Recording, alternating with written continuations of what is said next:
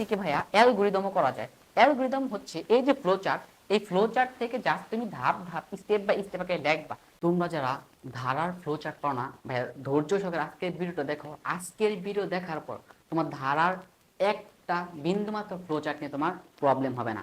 Already আমি 2টা video upload করে দিচ্ছি ধারার, ওই 2টা ভিডিও দেখে নিবা। এবং আজকের ভিডিও দেখার পর তোমার ধারার উপর স্কোয়ার থাকলে বোধে ভাই জীবন আর ভুল হওয়ার সম্ভাবনা থাকবে না, আর ভুল হবে না। আর এই ইম্পর্টেন্ট তোমাদের জিনিসগুলো কিন্তু আমি প্রত্যেকটা জিনিস কিন্তু ধরে ধরে সলভ করে দিবে লাগছি। ধারা 3 স্কোয়ার 5 স্কোয়ার একটা স্কোয়ার স্কোয়ার দিয়ে একটা ধারা দেওয়া আছে, বলছে এটা ফ্লো চার্ট নির্ণয় করো। ফ্লো চার্ট থেকে আমরা অ্যালগরিদম নির্ণয় করতে পারবো।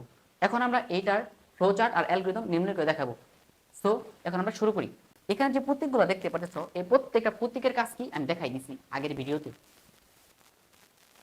এই প্রতীকটার কাজ হচ্ছে শুরু করা, আর এই প্রতীকটার কাজ হচ্ছে ইনপুট বা আউটপুট, আর এটা হচ্ছে সংযোগ, আর এটা হচ্ছে সিদ্ধান্ত নেওয়া। তো এখন যদি আমরা শুরু করতে চাই, ফার্স্টের স্টেপের কাজ হচ্ছে শুরু করবো, তাহলে স্টার্ট। এটা যেহেতু শুরুর প্রতীক, এর জন্য এটা হচ্ছে স্টার্ট। এই প্রতীকটা হচ্ছে ইনপুট বা আউটপুটের ঘর। ইনপুট আমরা কি নেব? ইনপুট হচ্ছে এন। দেন প্রক্রিয়াকরণের ঘরগুলোতে আসার সাথে সাথে তোমরা এই কাজটা করবা। কি করবা? S equal to I equal to, এটা লিখবা প্রক্রিয়াকরণের ঘরে। কোথায়? প্রক্রিয়াকরণের ঘরে। এখানে এই এস মানে সাম, এটা হচ্ছে 0, আর আই দ্বারা হচ্ছে প্রথম পদ। প্রথম পদ কত? 3। এই যে আমি প্রথম পদ 3 লিখলাম। তারপর এখানে এস, এস এর জায়গায় লাগবে হচ্ছে এস প্লাস আই।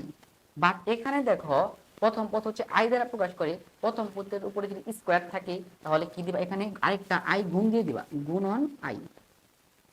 গুণ এইভাবে দেওয়া যাবে না, এইভাবে স্টার্ট, এই প্রতীকটার মাধ্যমে গুণ বোঝায়। তাহলে আই একটা গুণ দিয়ে দিবা। যদি আরেকটা এখানে কিউব থাকতো, আরেকটা 3 থাকতো প্রথম পদের উপরে, তাহলে আরেকটা আই গুণ দিতাম। এইভাবে তুমি করতে পারবা। এরপরে এই যে এখানে আই আছে, এই আই দ্বারা কি বোঝায়? এই আই দ্বারা বোঝায় হচ্ছে আই প্লাস, এই যে ধারাটার পার্থক্য কত দেখো, 2 2 করে বাড়তেছে, 3 5 7, 2 2 করে বাড়তেছে। এর জন্য এই ধারাটার পার্থক্য এখানে দিবা। তারপর সংযোগ করলাম, এখানে এসে সিদ্ধান্ত দিবা। সিদ্ধান্ত কি? এই যে প্রথম পদ, প্রথম পদটা হচ্ছে এন এর মানের থেকে ছোট অথবা সমান। যদি হয় তাহলে তুমি কি লিখবা? ইয়েস। আর যদি না হয় তাহলে এখানে লিখবা হচ্ছে নো। তারপর এখানে আমাদের কাজগুলো সব শেষ। এটা হচ্ছে আমাদের আউটপুটের ঘর। আউটপুটের ঘরের কাজ কি? প্রিন্ট করব। প্রিন্ট করব হচ্ছে সাম, আর লাস্ট স্টেপে শেষ করে দিব। আশা করি ভাইয়া ভিডিও তোমরা বুঝতে পারছো। ক্লাসটা যদি ভালো লাগে অবশ্যই কমেন্ট করবা। আর এইটাই থেকে ভাইয়া অ্যালগরিদমও করা যায়। অ্যালগরিদম হচ্ছে এই যে ফ্লো চার্ট, এই ফ্লো চার্ট থেকে জাস্ট তুমি ধাপ ধাপ স্টেপ বাই স্টেপ আগে দেখবা। যেমন শুরু করি ইনপুট এন নেই, এইভাবে সম্পূর্ণভাবে তুমি অ্যালগরিদমগুলো লিখতে পারবা।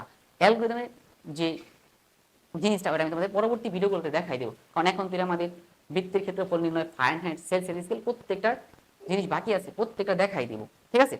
যদি ভিডিওটা ভালো লাগে অবশ্যই শেয়ার করবা। আমাদের সাথে আবার দেখা হচ্ছে পরবর্তী কোনো একটা ইম্পর্টেন্ট এই শর্ট ভিডিওর ক্লাসে। তো সকলে ভালো থাকো। আসসালামু আলাইকুম।